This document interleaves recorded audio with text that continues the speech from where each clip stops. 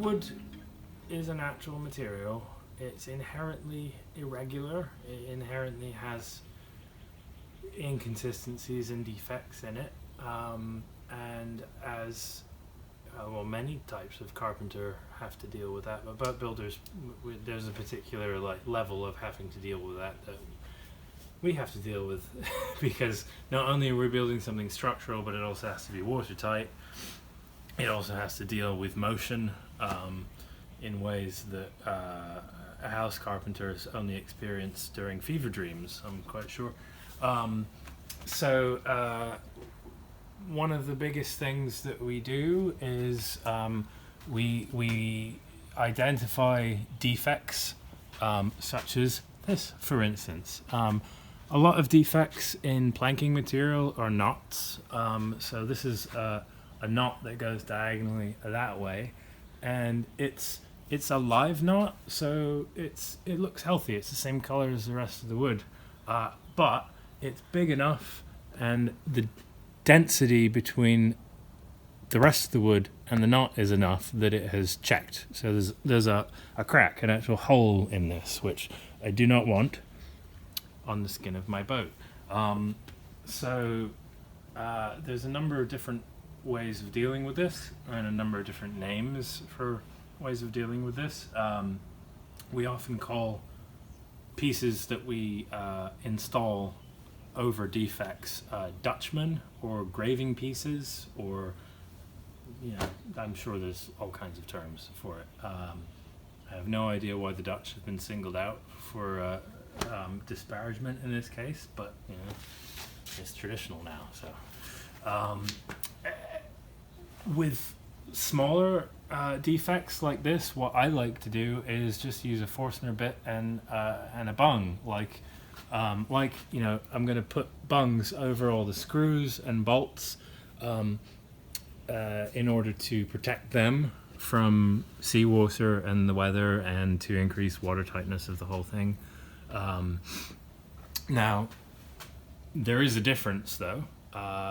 These bungs I will put in with a much lesser glue, so to speak. I will put these in with a glue that will not prevent me from ever getting that plug out again, because if I ever want to refasten the boat, if I ever want to check on these fasteners or anything, I want to be able to chip this bung out.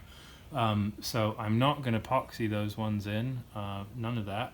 Whereas these ones that are going to go in over knots and defects, I will use pretty much the most bomb-proof adhesives that I have access to, which in warmer weather would be epoxy, probably G-Flex, like a thickened, toughened epoxy. But in this still colder weather, I tend to go for an expanding polyurethane glue, which they have a pretty bad rap in North America for the most part, because in North America most of what really old people have exposure to is Gorilla Glue, which is, as far as I can tell, the worst one. It's really quite bad. This, on the other hand, this is the English equivalent. This is the 30-minute formulation, which is faster drying than Gorilla Glue, and is also over 5 times the shear strength. I did brake testing on this. It's very puzzling. There's a 5-minute formulation of this as well. The 5-minute formulation of this is about the same strength as Gorilla Glue that you get over here. So, riddle me that. Recently discovered this stuff, though, which I'm not entirely sure where it comes from, but it is a North American product. The Grizzly Glue Grizzly Structan, which is an awful lot of grizzly, but it does, it does work. It's good stuff. I haven't done a brake testing on it, but it feels more akin to this stuff than it does Gorilla Glue, so I'm pretty happy using it in relatively non-critical minor structural applications, if that makes any sense.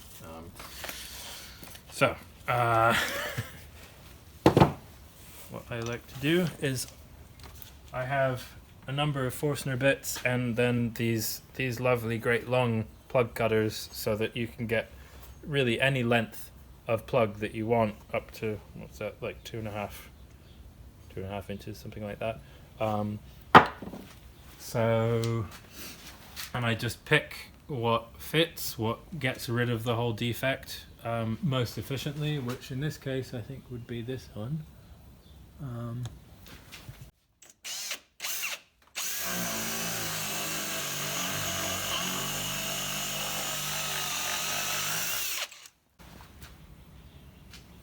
And hey, look, it's all gone. There's like a little bit more of the knot up here because it goes at a funny angle, but it's all solid, it's not cracked. I feel quite happy about that. And now, just gonna go.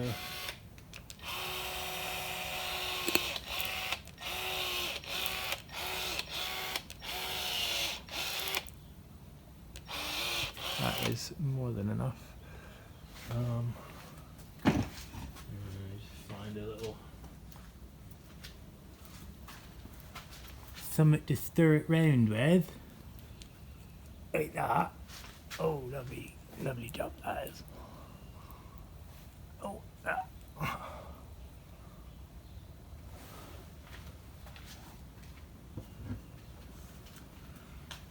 And then you do the same thing that you normally do with plugs, of trying to align the grain so that as this expands and contracts, it hopefully does it all together. And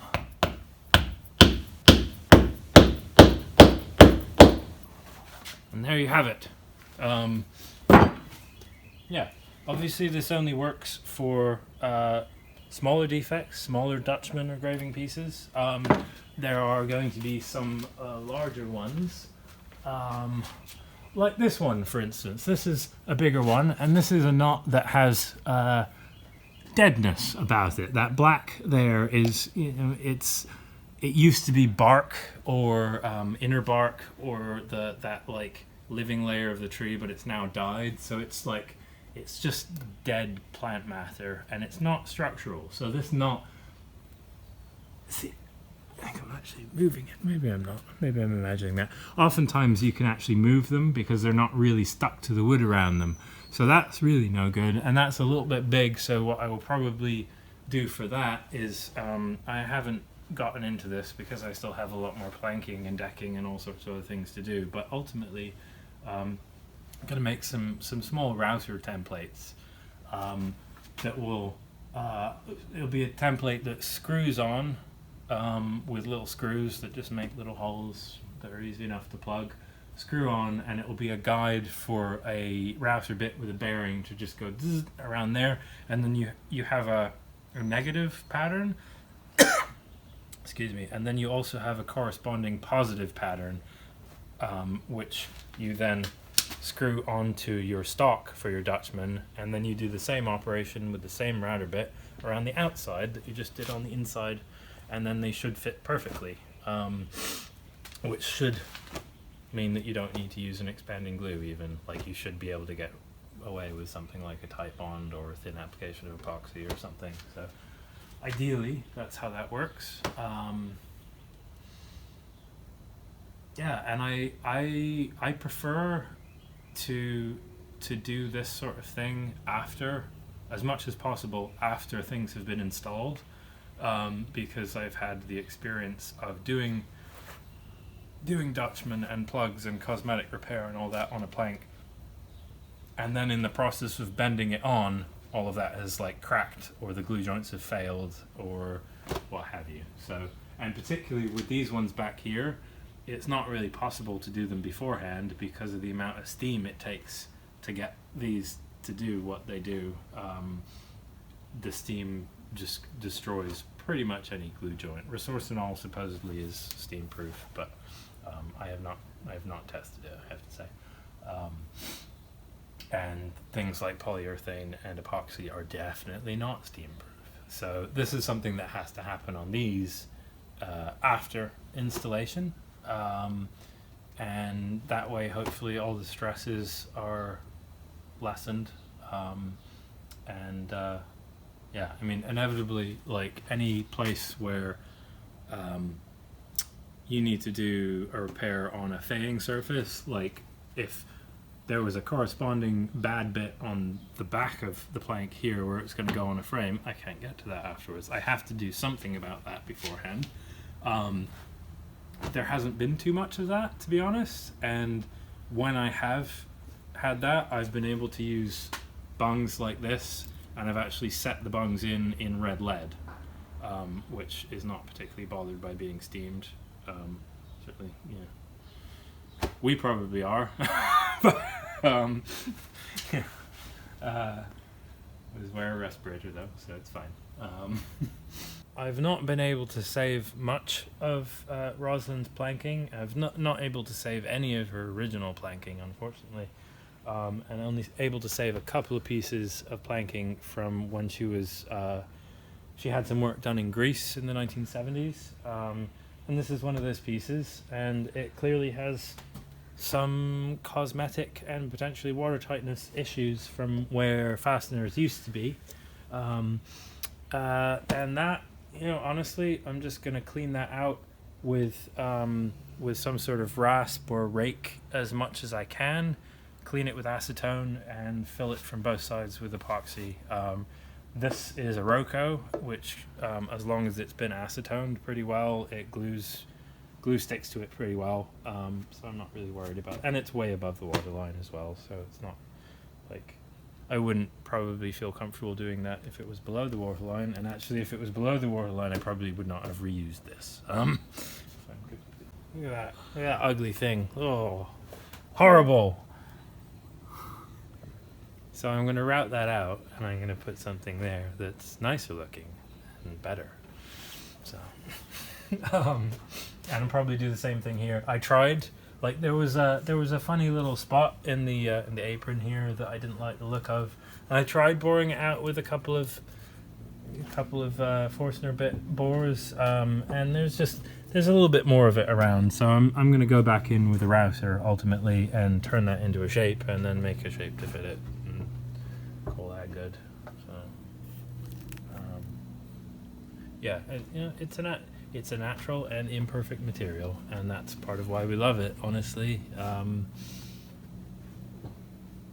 you know, doing this kind of cosmetic and structural repair to pieces is just part of life, and I'm trying to do it as efficiently and quickly as possible. You can, of course, do all this with hand tools, and people did for ages and ages. I just don't want to put the time into it to do that. If there's some way of doing it with a router, I will, because I want to go sailing. This is great and all, but I want to go sailing. That's the idea.